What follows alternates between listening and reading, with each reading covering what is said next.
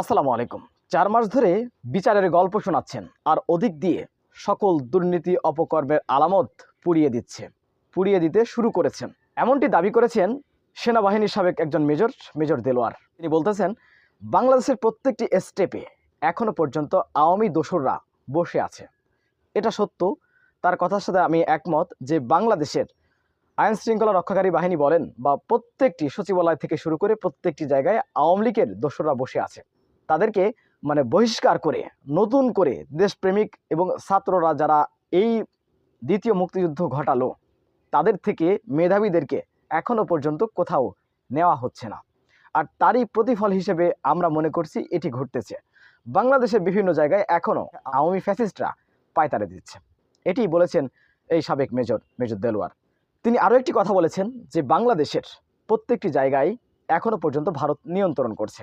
ভারতীয় দালালরা বাংলাদেশের বিভিন্ন জায়গায় এখনো বসে রয়েছেন এবং তারাই বাংলাদেশকে এবং বাংলাদেশের বিভিন্ন জায়গায় লোকজন সেট করতেছে। এমনটি দাবি করেছেন এই সেনাবাহিনীর সাবেক মেজর দেলোয়ার। সুপ্রিয় দর্শক, আমরা সারা জীবন, আমার জন্মের পর থেকে আমি আওয়ামী লীগকে দেখেছি ধ্বংসের রাজনীতি করতে। সারা জীবন একজন মানুষ হত্যা করে, গাড়ি পুড়িয়ে দিয়ে, হত্যাকাণ্ড পরিচালনা করে, গণহত্যা চালিয়ে তার বিরোধী দলের নেতাদের পরে চাপিয়ে দেওয়ার রাজনীতি এরা করে থাকেন। 2006 সাল থেকে শুরু করে এই আওয়ামী দুঃশাসন তারা হত্যার মাধ্যমে বাংলাদেশে রাজনীতি শুরু করেছেন নতুন করে, এবং তারা এই কার্যক্রম করে যাচ্ছে। তাদের কাছ থেকে বাংলাদেশে কোনো রাজনীতি আশা করা যায় না। আমরা আমাদের জীবনে কোনোদিন দেখিনি যে আওয়ামী লীগকে প্রকৃত রাজনীতি করতে। তারা ধ্বংস ছাড়া কোনোদিন রাজনীতি করতে পারে না। এই যে কার্যক্রমগুলো হচ্ছে বাংলাদেশের বিভিন্ন জায়গায় এখনো পর্যন্ত সমন্বয়কদেরকে গুম করে ফেলায়, আমি অবাক হয়ে যাই। ঢাকা বিশ্ববিদ্যালয়ের একজন শিক্ষার্থী এবং সহ সমন্বয়ক, তিনি, আপনারা শুনতে পেয়েছেন, দেখতে পেয়েছেন যে তাকে গত 5-6 দিন গুম করে রাখা হয়েছিল এবং তার অবস্থা এমন, তিনি কিছু বলতে পারেন না। এখন তাকে কারা গুম করেছে, কি করে করেছে, তার মুখে কোনো জবান নেই। এই যে অবস্থা সমন্বয়কদেরকে পর্যন্ত করা হচ্ছে এই দ্বিতীয় স্বাধীন বাংলাদেশে। তো এটা দেখে আসলে আমরা কি বুঝবো? আওয়ামী লীগ এত সাহস কোথায় পাচ্ছে? গত 16 বছরে যে কয়টি গণহত্যা শুধু চালিয়েছেন, অন্যগুলো বাদ দিলাম, প্রকাশ্যে যেগুলো গণহত্যা চালিয়েছেন, সর্বশেষ জুলাই গণহত্যা, ছাত্র জনতাকে হত্যা করলো।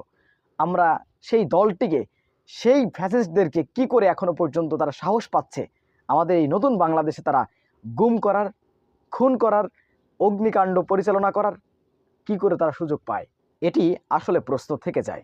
এই সমস্ত কর্মকাণ্ড ঘটতেছে বাংলাদেশের এখনো সরকারের বিভিন্ন জায়গায় আওয়ামী লীগের দালাল এবং ভারতের দালালরা বসে আছে বলে দাবি করেছেন এই সাবেক সেনাবাহিনীর মেজর দেলোয়ার আরও বলেন, যখন জিয়াউর রহমান তিনি ক্ষমতায় এসেছিলেন, তিনি বাংলাদেশের প্রত্যেকটি জায়গা থেকে ভালো মানুষদেরকে খুঁজে খুঁজে মন্ত্রীর আসনে বসিয়েছিলেন, ভালো ভালো জায়গায় বসিয়েছিলেন, যার কারণে বাংলাদেশটি আবারও মাথা উঁচু করে দাঁড়িয়েছিল এবং এগিয়ে গিয়েছিল।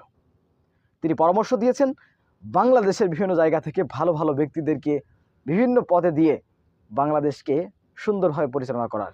সুপ্রিয় দর্শক, সেনাবাহিনীর সাবেক মেজর দেলোয়ারের এই বক্তব্য, এই কথাগুলো আপনারা কীভাবে দেখছেন? অবশ্যই আপনাদের মূল্যবান মন্তব্য কমেন্টে জানাবেন। সবসময় সত্য নির্ভেজাল তথ্য পেতে স্বাধীন বাংলা টিভি ইউটিউব চ্যানেলটি সাবস্ক্রাইব করে আমাদের সাথে থাকুন। আসসালামু আলাইকুম রহমতুল্লাহি ওয়া বারাকাতুহু।